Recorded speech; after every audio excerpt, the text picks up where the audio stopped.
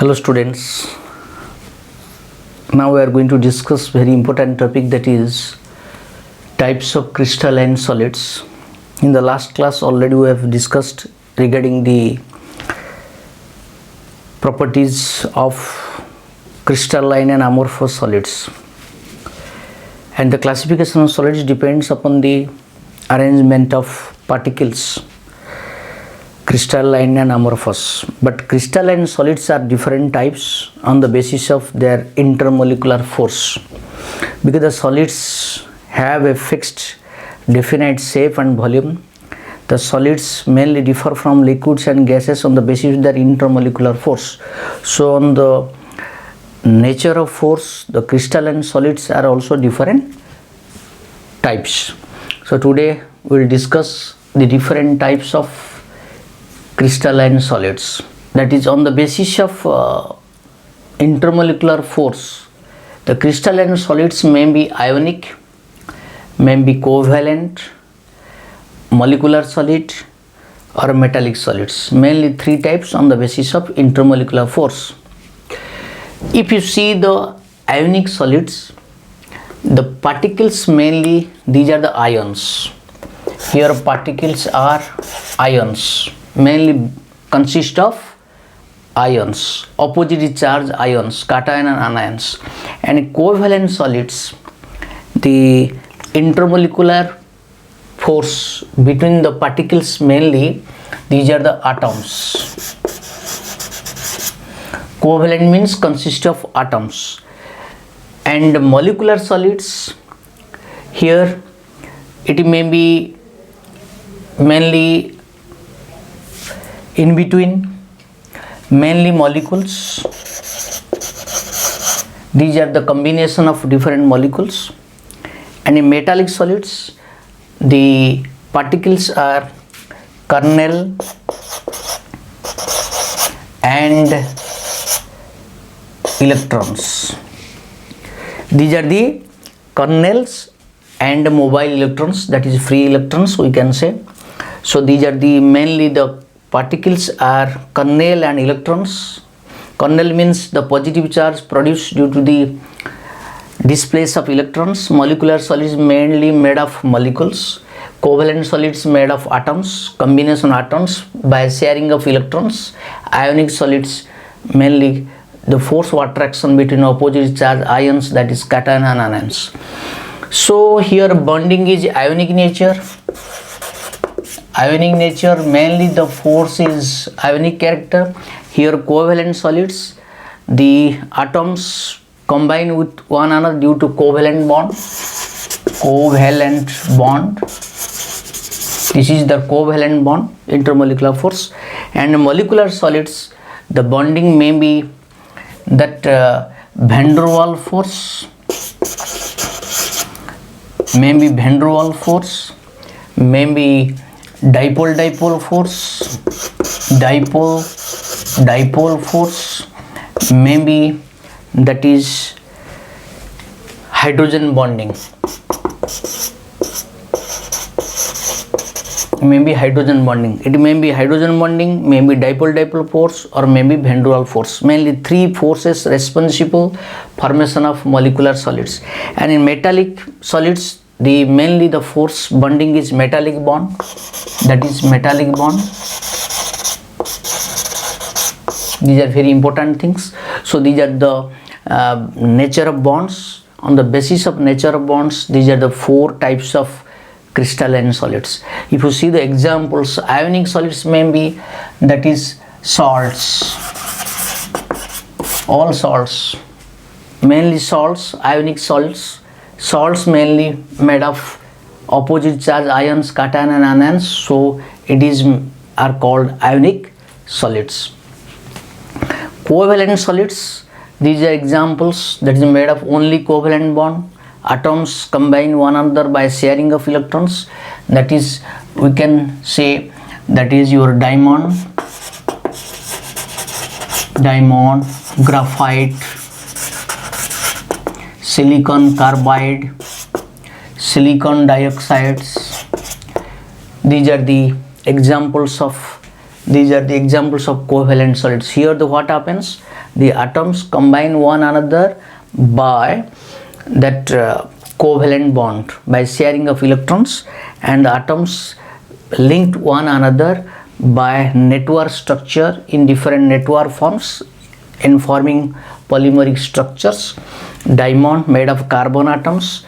In diamond, one carbon attached to 4 carbons in network forms. Graphite, 1 carbon attached to 3 carbons in hexagonal layer, that is in which form we can say that is layer structure. Silicon carbide, just like your diamond. Similarly, silicon dioxide, that is called quartz, mainly quartz. It is a combination of silicon oxygen in 3D pattern. Here molecular solids, that is van der Waals force, dipole force, hydrogen bonding.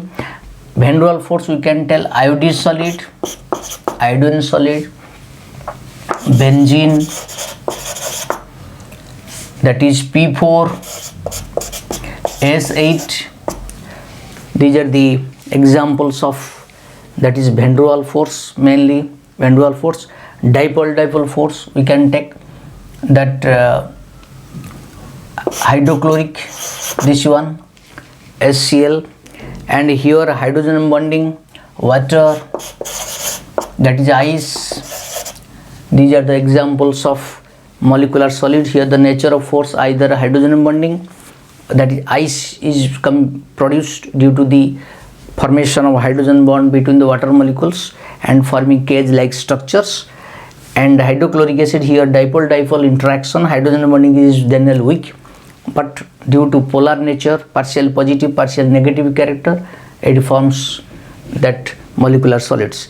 P4, S8, these are the mainly van der Waals force, and iodine, benzene, these are examples of molecular solids. Here metallic solids, generally all metals. These are the examples of what? Metallic solids.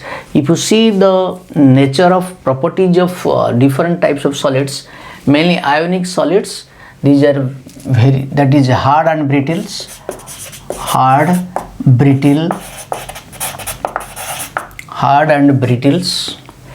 and high melting point, boiling point, conduct electricity. In conduct electricity in molten or solution state, solution form.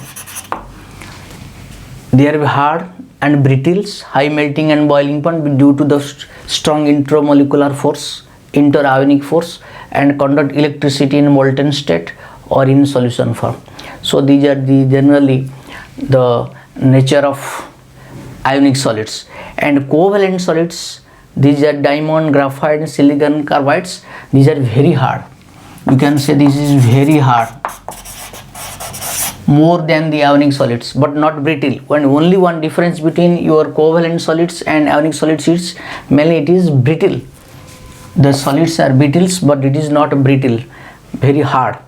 And high melting point also, melting point and boiling points, these covalent solids. Then some exception out there also, that graphite conduct electricity, but diamond generally do not conduct electricity, they do not conduct